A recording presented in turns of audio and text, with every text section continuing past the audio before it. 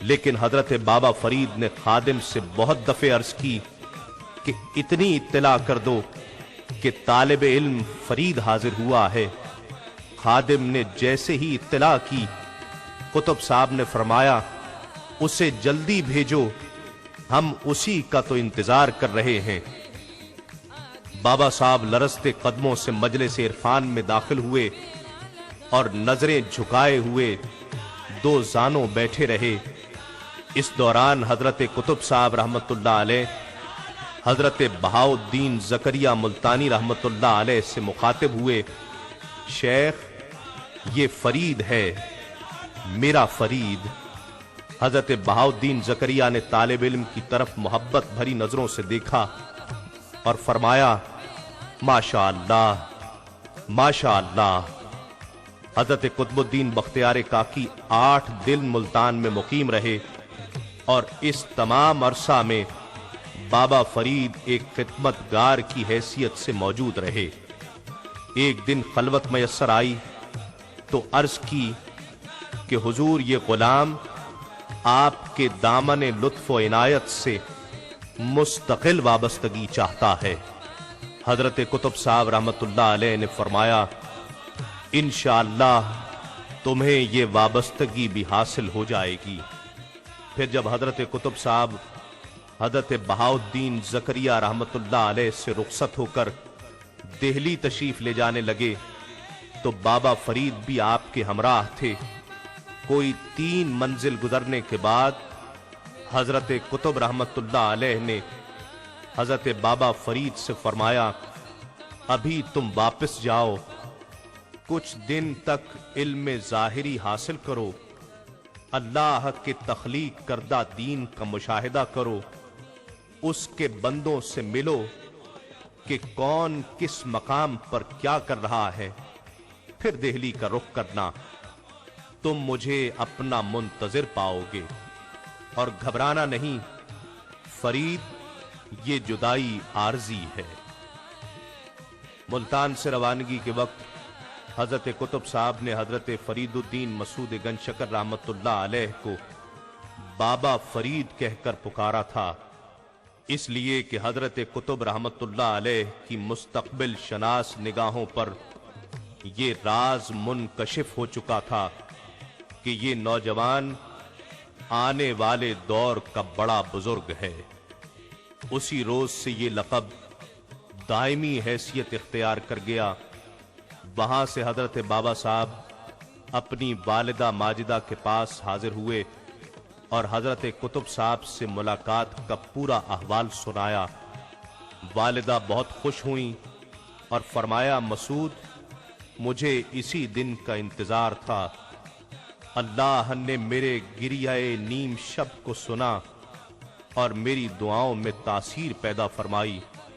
حضرت بابا فرید ملتان میں اپنی تعلیم مکمل کرنے کے بعد حضرت قطب صاحب کے حکم کے مطابق ہندوستان سے بغداد کی جانب روانہ ہو گئے۔ بغداد کا راستہ بخارا سے ہو کر گزرتا تھا۔ بخارا پہنچنے پر حضرت بابا فرید حضرت اجل شیرازی کی خدمت میں حاضر ہوئے اور ان سے فیض حاصل کیا۔ اس کے علاوہ آپ غزنی، سیوستان، بدخشاں اور قندھار بھی تشریف لے گئے اور مختلف بزرگان دین سے ملے اور فیض حاصل کیا۔ بغداد میں شیخ شہاب الدین سہروردی رحمت اللہ علیہ سے ملاقات کا شرف حاصل کیا اور کچھ عرصہ ان کی خدمت میں حاضر رہ کر فیض حاصل کیا۔ طویل سفر کے بعد آپ دہلی پہنچے اور حضرت خواجہ قطب الدین بختیار کاکی رحمت اللہ علیہ کی خدمت اقدس میں حاضر ہوئے۔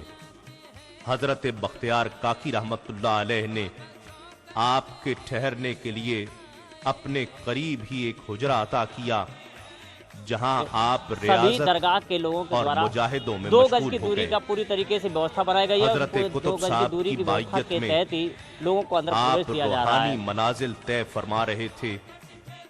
612 ہجری میں سلطان الہند حضرت خواجہ معین الدین چشتی رحمت اللہ علیہ دہلی تشریف لائے۔ پورا شہر یہاں تک کہ والی ہندوستان شمس الدین التمش بھی آپ کی خدمت میں اکتساب فیض کے لیے حاضر ہوا۔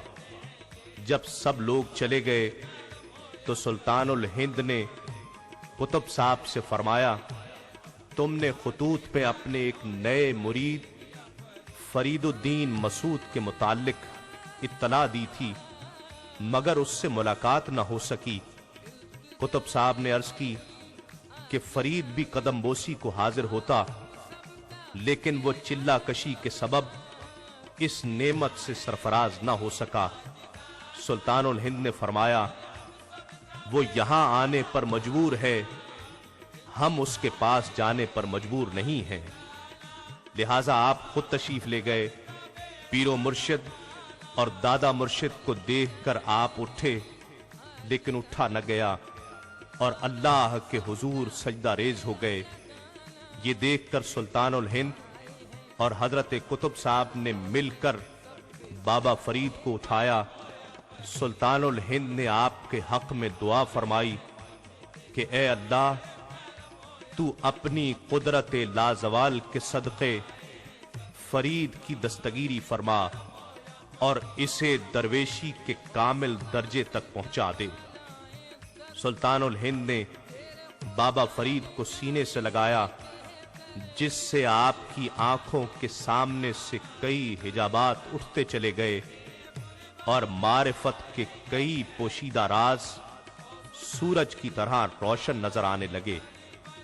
طویل سیاحت اور سخت ریاضت کے بعد جو دولت عرفان حاصل نہ ہو سکی تھی، وہ سلطان الہند کی ایک نگاہ کرم نے بابا فرید کے دامن میں ڈال دی تھی۔ اسی سال 612 ہجری میں حضرت بابا فرید الدین مسعود گنج شکر رحمت اللہ علیہ کو خاندان چشتیہ کی خلافت عطا ہوئی۔ اس وقت آپ کی عمر 30 برس تھی۔ حصول خلافت کے بعد 10 سال تک دہلی اور پھر 12 سال تک ہانسی شہر میں طویل مجاہدات کیے۔ دہلی سے ہانسی روانگی کے وقت پیر و مرشد نے فرمایا، فرید تم میری وفات کے وقت یہاں موجود نہ ہوگے۔ آپ کو اپنی جائے نماز اور عصا عطا فرمایا اور کہا کہ ہم اپنا خرقہ دستار اور کھڑاویں قاضی حمید الدین ناگوری کے پاس بطور امانت رکھ دیں گے۔ تم میری وفات کے 5 روز بعد ان سے یہ چیزیں لے لینا۔ اور فرمایا، فرید میری جگہ تمہاری ہے۔ جس رات حضرت قطب الدین بختیار کاکی رحمت اللہ علیہ کا وصال ہوا، اسی رات آپ نے خواب دیکھا کہ پیر و مرشد آپ کو بلا رہے ہیں۔ صبح آپ ہانسی سے دہلی روانہ ہو گئے۔ تیسرے دن دہلی پہنچ کر پیر و مرشد کے مزار اقدس پر حاضری دی اور 5ویں دن قاضی حمید الدین ناگوری نے مرشد کی عطا کردہ امانتیں بابا صاحب کے حوالے کر دیں۔ بابا صاحب نے 2 گانا نماز ادا کی، مرشد کا عطا کردہ خرقہ پہنا اور ان کے گھر جا کر مسند ہدایت کو زینت بخشی۔ دہلی کی زندگی ہانسی سے بالکل مختلف تھی۔ ہر روز دعوتوں پر مدعو کیا جاتا، جس سے ان کا بہت سا وقت بیکار تقریبات میں صرف ہو جاتا۔ آپ ایسے ماحول سے کہیں دور جانا چاہتے تھے۔ آپ نے دوبارہ ہانسی جانے کا ارادہ فرمایا اور فرمایا، میں جہاں جاؤں گا میرے پیر و مرشد کی دعائیں میرے ساتھ ہوں گی۔ ہانسی میں بھی جب لوگ کثرت سے آپ کی زیارت کو آنے لگے تو آپ کی طبیعت یہاں بھی گھبرانے لگی۔ آپ تو ایسے گوشہ عافیت کی تلاش میں تھے جہاں اطمینان و سکون سے ریاضت و عبادت کر سکیں۔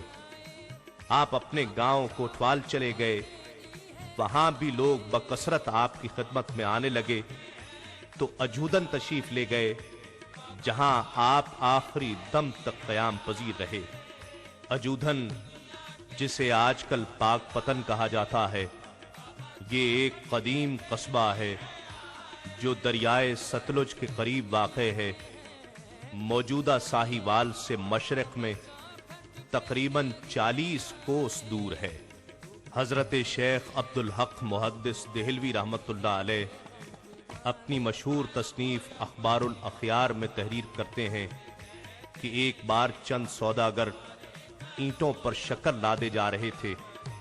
اتفاق سے حضرت بابا فرید الدین مسعود گنج شکر رحمۃ اللہ علیہ بھی وہیں موجود تھے۔ آپ نے سوداگروں سے دریافت کیا کہ ان اونٹوں پر کیا ہے۔ سوداگروں نے آپ کو کوئی ضرورت مند سمجھ کر ازراہ مذاق کہا کہ بابا جی یہ نمک کی بوریاں ہیں۔ آپ نے فرمایا تم کہتے ہو تو پھر نمک ہی ہوگا۔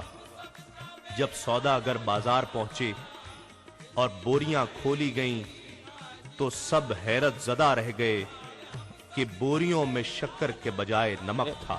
سبھی درگاہ کے لوگوں کے سوداگر دوارا فوراً آپ کی 2 تلاش گز میں کی دوری نکلے کا پوری طریقے سے اور ویوستھا بنائی گئی ہے۔ آپ اس کی خدمت 2 میں گز کی حاضر دوری ہو کی کر ویوستھا عرض کے کرنے تحت ہی لگے لوگوں کو اندر کہ ہمیں پرویش کیا جا معاف رہا کر ہے۔ دیا جائے۔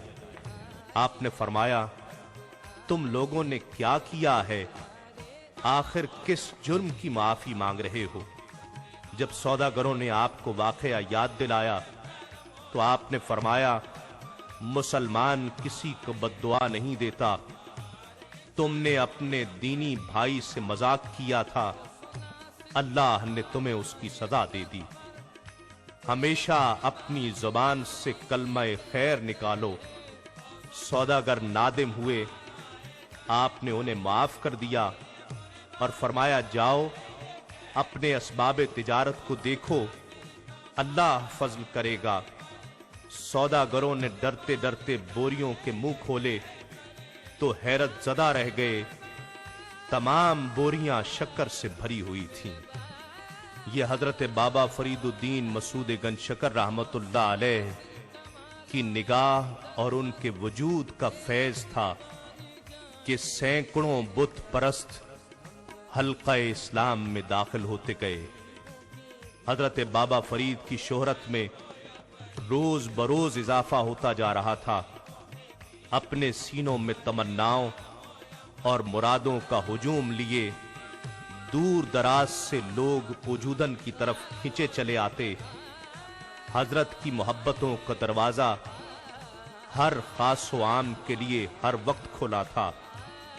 آپ کی بخشش و عطا کے انداز بڑے نرالے تھے۔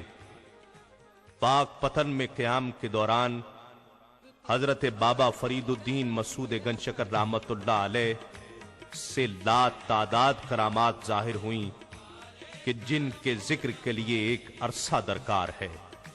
حضرت بابا فرید الدین مسعود گنج شکر رحمۃ اللہ علیہ کی عبادت و ریاضت کا عالم یہ تھا کہ عشاء کے وضو سے فجر کی نماز ادا کرتے، ہر رات 2 قرآن شریف ختم فرماتے اور دوران نماز طویل سجدے ادا کرتے۔ محرم سن 664 ہجری میں آپ کی طبیعت خراب ہوئی۔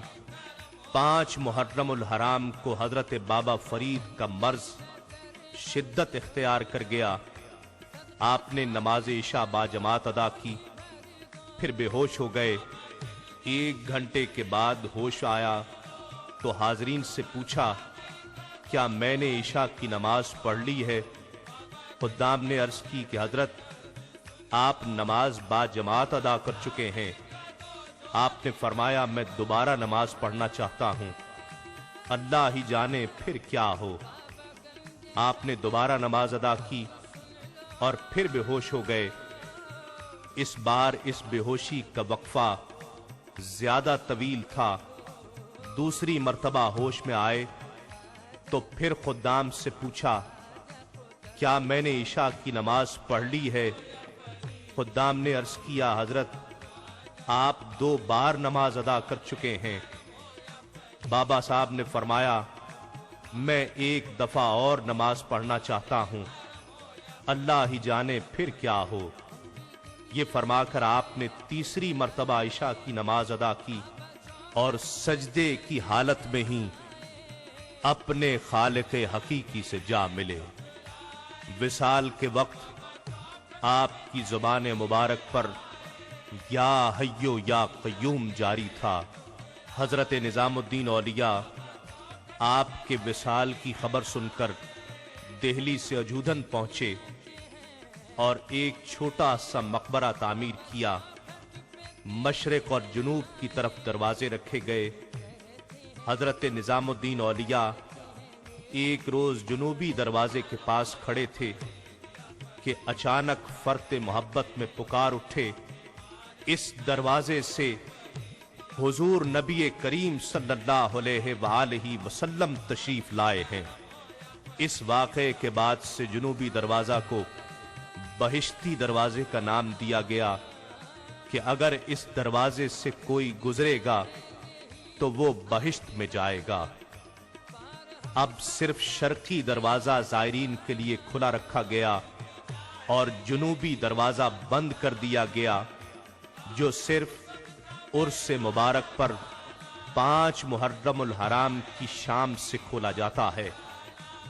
حضرت بابا فرید الدین مسعود گنج شکر رحمت اللہ علیہ سے سلسلہ چشت کی 2 بڑی شاخیں صابریہ اور نظامیہ ہیں۔ ان دونوں کا سلسلہ حضرت بابا فرید الدین مسعود گنج شکر رحمت اللہ علیہ سے جاری ہوتا ہے۔ ایسی شخصیت کہ جن کی نگاہ سے سینکڑوں لوگ مسلمان ہوئے، سینکڑوں بت پرست بندگی خدا سے آشنا ہوئے۔ یقیناً ایسی ہی شخصیات کے لیے علامہ اقبال نے فرمایا تھا، ہزاروں سال نرگس اپنی بے نوری پہ روتی ہے، بڑی مشکل سے ہوتا ہے چمن میں دیدہ ور پیدا۔ اللہ رب العزت ہم سب کو حضرت بابا فرید الدین مسعود گنج شکر رحمت اللہ علیہ کے نقش قدم پر چلنے کی توفیق عطا فرمائے۔